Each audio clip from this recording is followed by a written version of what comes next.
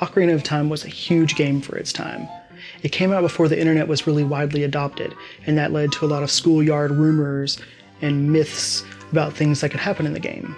But before I get started, what are a few of your favorites? Did you remember anything from the early days of the internet when Ocarina of Time was still all the hottest rage? Let me know in the comments below. And now, let's get into the video.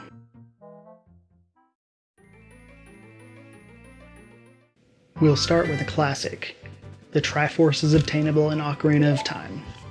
This classic reared its ugly head all the way back in 1998. Got its start from a Space World video that circulated in, I believe it was 97. The clip showed Link obtaining the Triforce, and so obviously a lot of young gamers thought, hey, the Triforce must be obtainable, we must be able to get it. I remember one of the funnier ones being, if you could land a bomb in the perfect center of the lava underneath Ganon's tower, then you'd be transported to a place where you could pick it up.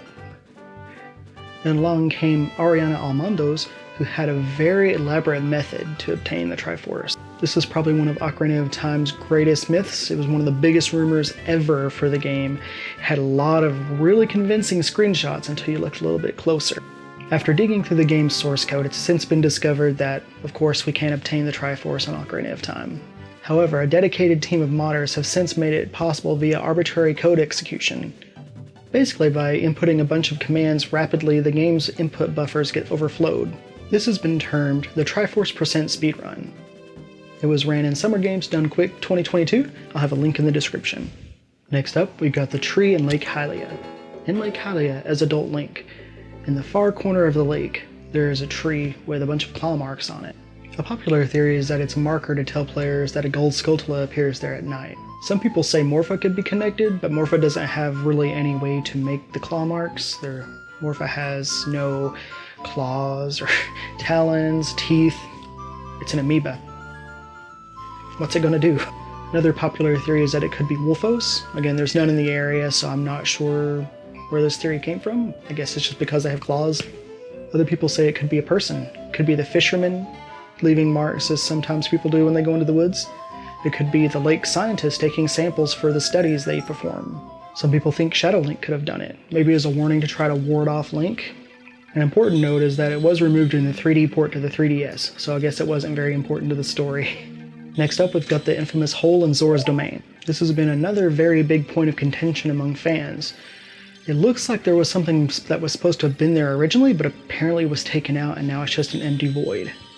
A lot of people think it was tied to the unicorn fountain that was found in the Ocarina of Time beta. That kind of ties into the whole Ocarina of Time Triforce theory as well. Was it Zora's home? Maybe it was where the original exit to Lake Hylia was supposed to be. Maybe it could have been the beta entrance to the water temple. However, map exploration has revealed that there isn't anything down there, unfortunately. There's no leftover triggers for the door that clearly seems to be cut out among the rock, so we're just left to our thoughts and theories on this. Alrighty, another really good one is the carving or drawing on Link's hat. Unlike the other points I've mentioned, this one you can see as soon as you start the game. It appears to be some kind of warrior fighting a dragon or another reptilian enemy, and there looks to be like a sun or maybe a fairy in the sky. I like to think of it as a foreshadowing to Link's adventure. He has been known to have prophetic dreams, so maybe this is him fighting King Dodongo, a Lizalfos or a Dinalfos, some kind of reptilian enemy. Maybe it's just the rambling daydreams of a child. Next up on the chopping block, the shark in the lakeside laboratory. In this little laboratory, we've got a scientist that works on a bunch of experiments. And hidden inside the diving pool is a very big one. Hidden in this pool is an enormous man-sized great white shark. What's it doing in freshwater? It's motionless. Is it dead? Is there an ocean near Hyrule, maybe out of bounds, that we just can't really see? Maybe he caught this shark and brought it back to the lake. Don't know why, because most sharks can't live in fresh water, but... Lastly, we've got the Gossip Stones. Gossip Stones are most frequently found in the most remote and inhospitable areas of Hyrule. They're built by the Sheikah, and they only interact with the Mask of Truth. Generally speaking, interacting with one doesn't do anything other than tell you it seems to peer into your mind. Striking one with your sword will tell you the time, so apparently the Sheikah thought it was important to have a clock. Detonating a bomb near one turns it into a space shuttle. Where's it going? The moon? Is it going to pay Termina a visit? Playing Zelda's Lullaby or the Song of Storms near one releases a fairy, so it definitely seems it has a function to aid those that aid the royal family.